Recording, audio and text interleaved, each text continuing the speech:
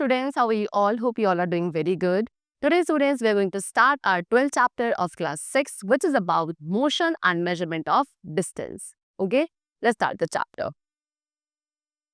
See, boats were used to travel across water. The idea must have struck the people when they saw logs of wood floating in water. Early boats were made by simply hollowing out logs of woods. Later, people learned to make boats by joining different pieces of wood to make proper boats having streamlined bodies. So, revolutionary change in transport was brought about by the invention of the wheel. Carts and carriers pulled by animals came into existence, and this resulted in a faster mode of transport. So, what they're saying, कि boats को use किया जाता था पहले क्या water के across travel करने के लिए। एंड ये आइडिया कब आया था जब लोगों ने देखा कि वुड के जो लॉग्स हैं वो इजीली वाटर पे फ्लोट करते हैं। सो वहाँ से उन्होंने इस आइडिया को क्या-क्या डिस्कवर किया। पहले टाइम पे जो बोट्स बनाई जाती थी वो सिंपली जो वुड के लॉग्स होते थे उनको अंदर से हॉलो कर दिया जाता था एंड उसके थ्रू बोट्स बनाई जाती थी। उसके बाद लोगों ने बोट्स को क्या जो वुड के डिफरेंट पीसेस होते हैं उनको जॉइन करके बनाना शुरू किया जिसके जिसकी वजह से वो काफ़ी प्रॉपर बोट्स बनाते थे जिनकी एक स्ट्रीम लाइन बॉडीज़ होती थी, ठीक है? फिर उसके बाद रिवोल्यूशनरी चेंज ट्रांसपोर्ट में तब आया जब हमारा व्हील का इन्वेंशन हुआ, राइट? फिर कार्ट्स एंड कैरियर्स बनाए जाने लगे जिनको एनिमल्स के थ्रू पुल किया जाता था, ओके? एंड इससे फिर क्या एक और फास्टर मोड ऑफ ट्रांसपोर्ट का डेवलपमेंट हुआ। सो एक जो major change means of transport में आया वो कब आया उसके बाद जब स्टीम इंजन का इन्वेंशन हुआ, ठीक है? फिर उसके बाद ऐसी ट्रेन्स बनाई जाने लगी जो स्टीम के थ्रू पुल की जाती थी, स्टीम इंजन्स के थ्रू, है ना? आने कब आई हमारी 19th सेंचुरी की बिगनिंग में। उसके बाद ऐसी शिप्स बनाई गई जिनमें स्टीम इंजन का भी यूज़ होता था। फिर धीरे-धीरे स्टीम इंजन्स को रिप्लेस कर लिया एफिशिएंट इंजन्स ने जिसके अंदर पेट्रोल, डीजल, इलेक्ट्रिसिटी का यूज़ होता था। Aeroplanes came into existence in the earlier part of the 19th century. इसके बाद 19th सेंचुरी के अर्लियर पार्ट में ही क्या यानी कि स्टार्टिंग में ही आपके पास एरोप्लेन्स भी एग्जिस्टेंस में आ गए एंड आज के टाइम हमारे पास electric train, monorail, supersonic aircraft and spacecraft सब कुछ होते हैं। ओके एंड ये हमारे 20th सेंचुरी के गिफ्ट हैं। ये सभी मोड्स ऑफ ट्रांसपोर्ट आज के टाइम पे जो आपके पास अवेलेबल है ये हमें हेल्प करते हैं to travel faster to any particular place. Okay, now we have the topic of motion. See, so just take a look around standing outside your house. You will see many things moving around. People walking on the road, birds flying, dogs moving around, leaves falling from the tree, a driver driving a bus, ant crawling on the ground, butterfly flying, clouds moving in the air, etc. तो ये जितनी भी चीज़ें आपको mention है ये सभी क्या शो कर रही है स्टूडेंट? सभी मोशन शो कर रही हैं। That means movement. Okay, so this इस तरीके से क्या कहा जा सकता है when a body changes position with respect to stationary things in its surrounding with time the body said to be in motion. जब एक बॉडी किसी दूसरी स्टेशनरी बॉडी यानी कि किसी ऐसी बॉडी जो रेस्ट पे है उस बॉडी के रिस्पेक्ट के साथ अगर एक बॉडी क्या कर रही है अपनी पोजीशन को चेंज कर रही है एक पर्टिकुलर टाइम पीरियड के साथ उसे कहा जाएगा कि that particular body is in motion. Okay, so जब हम ये कंसिडर करते हैं कि एक बॉडी मोशन में है या नहीं सो हमें वहाँ पे स्टेशनरी ऑब्जेक्ट्स को देखना पड़ता है जैसे कि हाउसेस, ट्री, पोल्स एक्सेट्रा जो उस सरफेस पे है एज अ रेफरेंस, ठीक है? सो एक बॉडी को तब रेस्ट पे कहा जाता है जब उसकी पोजीशन चेंज नहीं होती है with respect to the surrounding objects with time. अब different objects different types of motion को शो करते हैं जैसे कि clock, swing machine, electric fan, swing, ये क्या प्लेस टू प्लेस मूव नहीं करते हैं, ठीक है? इन बॉडीज के जो पार्ट्स है वो मोशन को शो करते हैं। Now we have to discuss some the types of motion. So the motion of all objects are not of the same type. I told you कि हर एक ऑब्जेक्ट का जो मोशन है वो सेम टाइप का नहीं होता है। Different objects different types of motion को शो करते हैं या we can say they show different types of movement. So कुछ इंपॉर्टेंट टाइप्स ऑफ मोशन यहाँ पे गिवन है। Number 1 translatory, second is rotational, third is periodic, fourth is non periodic and fifth is oscillatory. So these are the different types of motion. First of all, we have to discuss about translatory motion. So translatory motion is that motion in which all the parts of an object move in the same distance in a given time. Translatory motion एक ऐसा motion है जिसमें किसी भी एक object के सभी parts same distance travel करते हैं same time में। जैसे कि कार, बस, train, they all move as a whole. Translatory motion दो टाइप्स का होता है, रेक्टिलिनियर और कर्विलिनियर। ओके, चलो, सो रेक्टिलिनियर मोशन क्या है? जब एक ऑब्जेक्ट स्ट्रेट लाइन में मूव करता है। फॉर एग्जांपल ट्रेन ट्रेन आपके ट्रैक पे मूव कर रही है, कार एक स्ट्रेट रोड पे मूव कर रही है, चिल्ड्रन स्ट्रेट ट्रैक पे रन कर रहे हैं। तो ये सभी एग्जांपल्स है रेक्टिलिनियर मोशन के। Next we are having curvilinear motion. So जब एक ऑब्जेक्ट कर्व्ड लाइन पे मूव करता है, फॉर एग्जांपल एक स्टोन है जिसको आपने क्या करा, स्ट्रिंग पे टाई कर दिया, है ना, एंड आप उसको क्या कर रहे हो, वर्ल्ड कर रहे हैं along और a car moving along a curved line, एक कार है जो कर्व्ड लाइन के along मूव कर रही है। सो ये सभी क्या आपके कर्विलिनियर या सर्कुलर मोशन में कहे जाते हैं, यानी कि जब एक कर्व लाइन पे या एक सर्कुलर मोशन में आप क्या करते हैं, सर्कुलर पाथ पे आप ट्रैवल करते हैं, सो वो आपके कर्विलिनियर मोशन कहलाते हैं। Next, we come to what? Rotational motion. So, when all points on a moving object move about a fixed point or axis of rotation, it is said to have rotational motion. जब किसी एक moving object पे जितने भी points हैं वो सभी एक फिक्स पॉइंट पे या एक्सिस ऑफ रोटेशन पे मूव करते हैं, that means they have to said to have rotational motion. For example, जो एक फैन के ब्लेड्स होते हैं, ओके, मूव करते हैं एक फिक्स पॉइंट पे, spinning top, rotation of the earth about its axis, hands of a clock, merry-go-round, they all are examples of rotational motion. Next we come to periodic motion.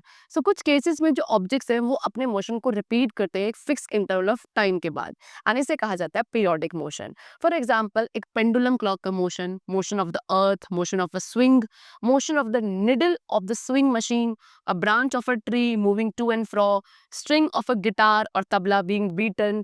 तो ये सभी examples है किसके? Periodic motion के। Next, we come to what? Non-periodic motion. So, a motion which does not repeat itself after regular interval of time. एक ऐसा motion जो खुद को एक रेगुलर पीरियड ऑफ टाइम के बाद रिपीट नहीं करता हो, उसे नॉन पीरियोडिक मोशन कहा जाता है। Example, children playing in the park, vehicles running on the road, footballer running in a field, they all are examples of non periodic motion. Next we come to oscillatory motion. So the to and fro motion of an object, ठीक है, एक object का जो to and fro motion होता है अपनी main position पे, उसे ऑसिलेटरी मोशन कहा जाता है। जैसे कि एक वॉल क्लॉक के पेंडुलम का motion, vibration of stretched wire, a child on a swing, these all are the examples of oscillatory motion. So the objects which do not repeat their motion after a fixed interval of time are said to have non-periodic motion. ऐसे objects जो अपने motion को एक fixed interval of time के बाद repeat नहीं करते हैं, they are said to have non-periodic motion. Okay? Now, next is more than one kind of motion. अब एक से ज्यादा टाइप ऑफ मोशन कैसे होते हैं? सी, कुछ ऐसे केसेस है जहाँ पे आप more than one kind of motion को ऑब्जर्व करते हो। For example, the wheels of a bike undergo both rotational and translatory motion. ठीक है, एक जो बाइक के व्हील्स होते हैं उनके अंदर आप रोटेशनल एंड ट्रांसलेटरी दोनों ही मोशन को ऑब्जर्व करते हैं। ऐसे इन स्विंग मशीन में जो व्हील है वो एक सर्कुलर मोशन में यानी कि रोटेशन मोशन में मूव करता है, जबकि जो निडल है वो अप एंड डाउन मूव करती है। दैट मीन्स निडल में क्या हो रहा होता है? पीरियोडिक मोशन हो रहा होता है, राइट? चलो, सो जो change in the position of object with time can be measure through distant measurement. अब एक ऑब्जेक्ट की पोजीशन में जो चेंज आता है टाइम के साथ, उसको आप मेजर करते हो डिस्टेंट मेजरमेंट के through. Okay, so now what is distance? The length of the space between point. Okay, कोई भी दो पॉइंट के बीच में जो स्पेस है उसकी जो लेंथ है that is called distance. For example, the length of space between the two capital, दो कैपिटल के बीच का जो स्पेस की लेंथ है वो डिस्टेंस है। जैसे कि Delhi and Agra is 200 kilometre. So when we do measurement of distances, we actually do measurement of length. तो जब भी हम डिस्टेंस को मेजर करते हैं, सो एक्चुअल में हम वहाँ पे जो लेंथ है उसको मेजर करते हैं। ओके, चलो, so now the topic is measurement. So we all make measurements in our daily life. When we go to buy clothes, we need to know how much cloth is required. We need to know how far the school is from the home to decide on whether we need to take a bus, a rickshaw, or we can simply walk down. What they are saying कि हम अपनी daily life में किसी ना किसी तरीके के measurement को करते हैं। जैसे कि अगर हमें क्या करना है, क्लोथ को परचेज करना है, तो हमें पता होना चाहिए कि हमें कितना क्लोथ रिक्वायरमेंट है। ठीक है, उसकी मेजरमेंट हमें पता होनी चाहिए। अगर हमें क्या स्कूल से घर जाना है तो हमें पहले उसका डिस्टेंस पता होना चाहिए, सो दैट हमें डिसाइड कर सके कि स्कूल से घर जाने के लिए हमें एक बस लेनी है, रिक्शा लेना है, या सिंपली हम वॉक करके भी जा सकते हैं।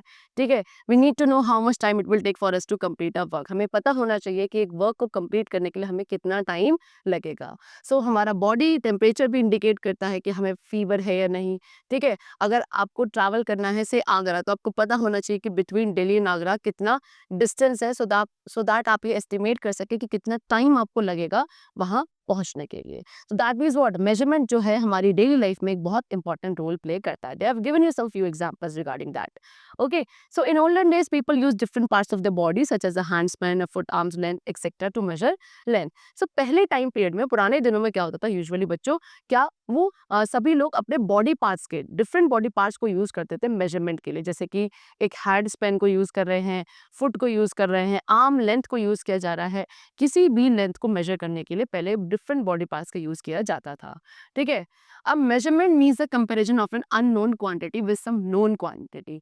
तो मेजरमेंट मतलब क्या होता है, किसी भी एक अननोन क्वांटिटी को कंपेयर करना किसी नोन क्वांटिटी के साथ। इस नॉन फिक्स क्वांटिटी को क्या कहा जाता है, एक यूनिट कहा जाता है। Okay, so what this is because the length of the hand span of your friends and that of yours may not be the same. Similarly, the foot length and the cubit length may also vary from person to person. Therefore, it was felt that there is a need to have a standard set of unit which do not change for person to person. ठीक है, because क्योंकि हमारे जो friends का hand Spain की length है and हमारे hand Spain की जो लेंथ है वो सेम नहीं हो सकती। जो फुट लेंथ है एंड जो क्यूबिट लेंथ है वो पर्सन टू पर्सन वेरी करती है। इसीलिए हमारे पास क्या स्टूडेंट, एक स्टैंडर्ड सेट ऑफ यूनिट होना जरूरी है जो पर्सन टू पर्सन चेंज नहीं होता है, वो फिक्स एंड कांस्टेंट रहता है, ठीक है। So what are the standard unit of measurement, अब कुछ यहाँ पे आपको स्टैंडर्ड यूनिट्स गिवन है मेजरमेंट की। सो इस प्रॉब्लम को ओवरकम करने के लिए फ्रेंच ने एक स्टैंडर्ड सेट ऑफ मेजरमेंट को क्रिएट किया जिसको मेट्रिक सिस्टम कहते हैं। अब डिफरेंट कंट्रीज का अपना खुद का यूनिट ऑफ मेजरमेंट होता है एंड इसीलिए एक यूनिफॉर्मिटी एंड कन्वीनियंस के लिए साइंटिस्ट ने all over the world decide किया कि एक बेसिक सेट ऑफ यूनिट को एक्सेप्ट किया जाएगा for the measurement of physical quantity and इस सेट ऑफ यूनिट को क्या कहा जाता है, इंटरनेशनल सिस्टम ऑफ यूनिट यानी कि एसआई यूनिट कहा जाता है। इस सिस्टम के अंदर लेंथ, मास एंड टाइम की जो भी स्टैंडर्ड यूनिट्स है they have given to us. Okay, जैसे फॉर द मीटर, मीटर क्या है, मीटर लेंथ की एक स्टैंडर्ड यूनिट है जिसको कैसे लिखा जाता है, स्मॉल m के थ्रू लिखा जाता है। देन किलोग्राम, किलोग्राम हमारी मास की स्टैंडर्ड यूनिट है जिसको हम kg से रिप्रेजेंट करते हैं। देन सेकंड, सेकंड टाइम की स्टैंडर्ड यूनिट है जिसको हम स्मॉल s से रिप्रेजेंट करते हैं। If you look at a meter scale or a scale in the geometry box, you will notice a number of division in them. अगर आप अपने geometry box में एक मीटर स्केल को या एक कॉमन स्केल को ऑब्जर्व करोगे, you will observe the number of divisions are there in that scale. चलो, now we are having the topic which is multiples and sub-multiple units. See, making calculation with very large or very small number is difficult, so multiples of standard units are used to make large measurement. So students, what कि बहुत बड़ी या बहुत ही छोटे number से calculations करना काफ़ी ज़्यादा डिफिकल्ट होता है। इसीलिए हमने क्या, किसी भी एक स्टैंडर्ड यूनिट के बहुत सारे मल्टीपल्स को यूज़ किया गया है लार्ज मेजरमेंट करने के लिए, ठीक है। सो इसी तरीके से हमारे पास सब मल्टीपल्स भी है जिनको हम स्मॉल मेजरमेंट्स के लिए यूज़ करते हैं, जैसे कि 1000 mm equals to 1 m, okay, 100 centimetre equals to 1 metre, 1000 meter equals to 1 kilometer. Okay, so M stands for meter, mm stands for millimeter, cm stands for centimeter and km stands for kilometer. Okay, now correct measurement of length. अब length की correct measurement कैसे करी जाती है, सो हम different measuring devices का daily life में use करते हैं। जैसे कि एक मीटर स्केल, मीटर स्केल का आप यूज़ करते हो किसी भी क्लॉथ की लेंथ को मेजर करने के लिए, वहीं एक टेलर जो है मेजरिंग टेप का यूज़ करता है उसी क्लॉथ को मेजर करने के लिए। Therefore, for measuring length, we must use a suitable device depending on the object whose length is to be measured. इसलिए एक लेंथ को मेजर करने के लिए हमें एक suitable device का यूज करना होता है। वो डिपेंड करता है कि आप किस भी ऑब्जेक्ट की लेंथ को मेजर कर रहे हो, उसी अकॉर्डिंग आप क्या मेजरिंग डिवाइस का भी यूज करेंगे। So to measure the diameter of a tree, अगर हमें एक ट्री के डायमीटर को मेजर करना है या फिर चेस्ट के डायमीटर को मेजर करना है, सो हमें वहाँ पे एक मेजरिंग टेप का यूज़ करना चाहिए। ओके, हम उसे मीटर स्केल से नहीं कर सकते। So what are the steps which need to be followed by measuring length? Okay, number one, the measuring instrument must be placed exactly along the length to be measured. It must kept parallel to the body. जो भी measuring instrument है उसको आप क्या, उस length को जैसे हमें मेजर करना है उसके एग्जैक्ट along पे हमें रखना है, यानी कि वो उस बॉडी के पैरेलल होना चाहिए। Then at times the end of the ruler may be broken, हो सकता है कभी कभी जो रूलर का एंड है वो ब्रोकन है एंड जो जीरो मार्क है वो क्लियरली विजिबल नहीं है। इस केसेस में आप क्या कर सकते हैं, कोई एक और मेजर मार्क जो है स्केल का, जैसे कि 1 सेंटीमीटर 2 सेंटीमीटर, वहां से आप क्या कर सकते हैं, यूज कर सकते हैं। ओके, एंड इस रीडिंग को आप सबट्रैक्ट कर देंगे फाइनल रीडिंग में से, सो दैट आपको उस ऑब्जेक्ट की एग्जैक्ट लेंथ मिल जाए। Example, if you start measuring length at 1 centimetre, example आपको गिवन है कि आपने जो लेंथ को मेजर करना शुरू किया वो 1 सेंटीमीटर से किया एंड जो रीडिंग दूसरे एंड पे आई है वो 12 सेंटीमीटर पे आई है, तो ऑब्जेक्ट की लेंथ कितनी होगी, 12 minus 1 that is 11 centimetre. Position exactly above the point पे मेजरमेंट इज बीइंग टेकन, आपको अपनी आई की पोजीशन जो है एग्जैक्टली उस पॉइंट के ऊपर रखनी है जहां पे मेजरमेंट को एक्चुअली लिया जा रहा है। Okay, then next is measurement measuring the length of a curved line, एक कर्व्ड लाइन को कैसे मेजर किया जाता है? सो हम एक कर्व्ड लाइन की जो लेंथ को मेजर कर सकते हैं वो एक थ्रेड के थ्रू कर सकते हैं। ओके, सो कैसे? दे have given an activity, tie a not at one and of the thread. आप थ्रेड के एक एंड में एक नॉट बांध दीजिए, फिर उसके बाद आपको उस नॉट को उस कर्व लाइन के एक एंड पे रखना है। जैसे कि फॉर एग्जांपल आपने ए पॉइंट पे रख दिया यहाँ पे, ठीक है। अब आप उसको एक फिंगर से उस नॉट को यहाँ पे प्रेस कर देंगे, ठीक। फिर आपको क्या करना है, small portion of the thread, उस थ्रेड के इस छोटे से पोर्शन को इस जो लाइन की लेंथ के अलोंग रख के चलना है, और दूसरा जो एंड है उस पोर्शन का, उसको आप अपने हैंड से प्रेस करेंगे पॉइंट ओ, इस तरीके से। फिर उसको आप नीचे दोबारा से यूजिंग द अदर एंड, दूसरे एंड को यूज करके थोड़ा सा और स्ट्रेच करेंगे अपने थ्रेड के पोर्शन को कर्व लाइन के अलोंग। इस तरीके से पूरी जो लेंथ है कर्व लाइन की उसको कवर किया जाएगा थ्रेड का यूज करके, जब तक आप कहाँ नहीं पहुंच जाते, पॉइंट बी पे नहीं पहुंच जाते। फिर आपको क्या करना है, इस थ्रेड पे, उस थ्रेड पे मार्क करना है उस पार्ट पर जहां भी पार्ट जो है थ्रेड का किसी बी पॉइंट को टच कर रहा हो। फिर आप अगेन थ्रेड को स्ट्रेच करेंगे along the metre scale and measure करेंगे मार्क्ड पोर्शन को, एंड ये जो लेंथ होगी इस पोर्शन की वही आपकी क्या होगी, कर्व लाइन की लेंथ होगी। ओके, चलो, so the chapter is completed. I hope you all have understood it very well. Let's meet very soon in the next class with a new chapter. Till then, take care and thanks to all.